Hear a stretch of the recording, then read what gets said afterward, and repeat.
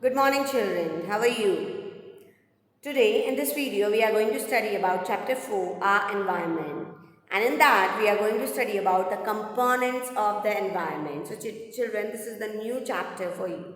Okay, so our environment, and in that, we are going to study about the components of the environment. Okay, children. Now, if you will see, children, our environment first we will see about the name of the chapter. That is our environment. See, children, our environment actually refer to the surrounding of the place where we live. Yes.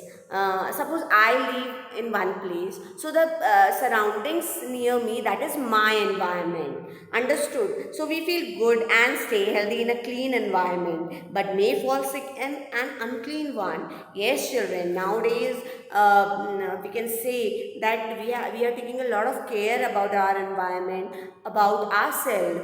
Yes, children, we are, it is the need of an hour, we can say. Yes. So, this chapter will definitely become very helpful for you to understand the environment and the components of the environment. So, let's start. Yes, children. See the pictures, children. If you are having your book, textbook, page number 34, please open it. Then you will observe the picture and you can understand properly. See, children, here also, if you can see the picture. Yes, see the picture A. Yes, children, what we can see that this is a picture of a garden or a park, we can see. And if you will see the park A, here the boy is throwing things anywhere, okay, in the park. So he is keeping the park unclean or dirty, okay. But if you will see, children, here that is the picture of park B. Yes, children, this is picture of park B. If you will see this boy, he is putting the garbage in the dustbin, children. Yes, so that's why we can say the park B is cleaner than park A. Yes, children. Okay, so which image, can you tell me which image is shows a cleaner park? Yes, it is part B.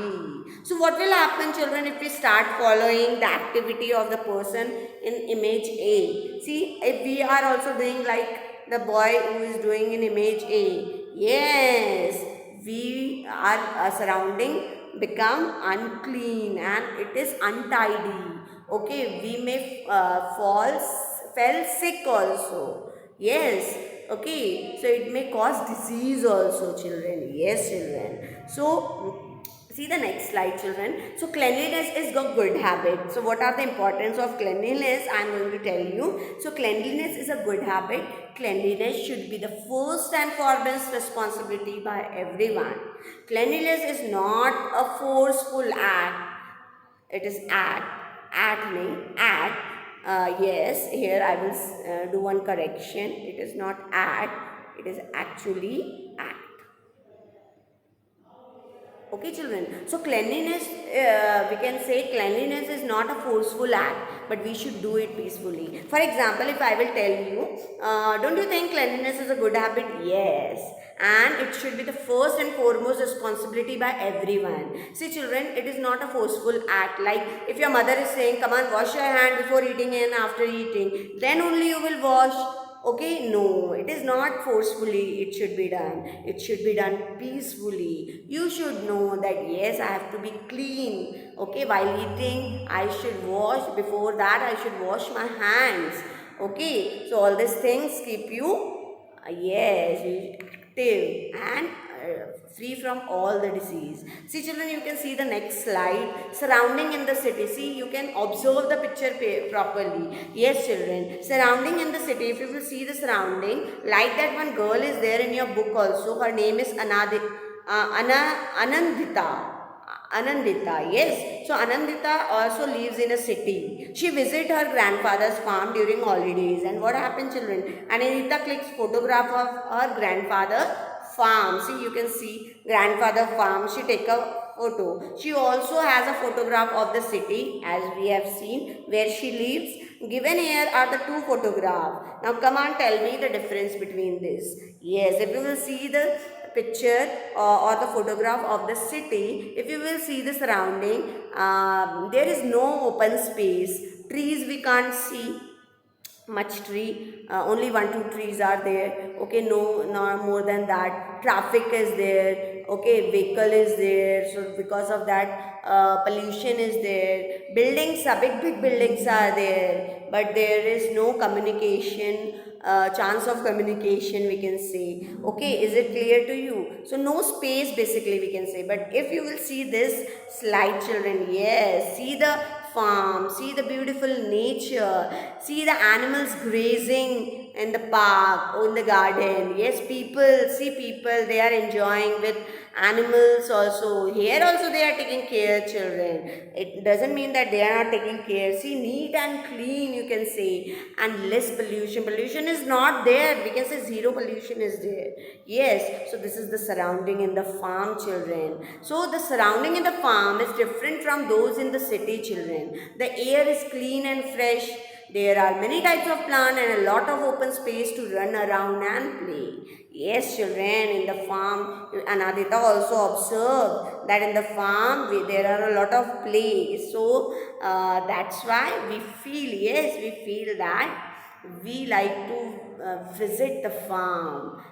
Our surroundings should be like that. Yes, children. Now let's see the components of the environment, children. Yes, children. See environment, living components and non-living components. And Adita on her visit to the farm notices all these things, children. Yes, and she share all these things about the farm, information about the farm with her classmates and her teacher also. Her teacher tells the class that the environment is in a farm is different from the city. So the term environment refer to our surrounding, children. Okay, if you will see this picture, children, the term environment refer to our surrounding, which include different living and non-living components. So we can say that environment is divided into two components, that is living components and non-living components. If you will see this picture, children, living components, see what we can see in living components: people, animal, plants. Yes, whereas in non-living component we can see air, water, land. Yes, children. So these are the living and non-living components. So see the next slide, children. The term environment refer to our surrounding, which include different living and non-living components.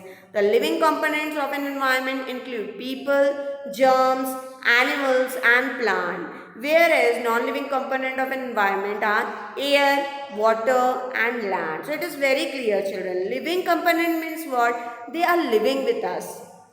Okay, they are having life in that is people, germs, animal and plants. Whereas non-living components, if we will see air, water and land, they are the non-living components. Yes, children. So I hope you understood the meaning of cleanliness, children. Why surrounding, why our environment is very important. So in this video we learn that we have to keep our environment neat and clean. Yes, children, you have to keep your environment neat and clean like this. As we are not living in farm, but as we are, because of urbanization, because of job opportunities, we are living in a city place. But we can keep our city, our surrounding also clean and you can say neat and tidy, so we can live a happy life. Thank you so much.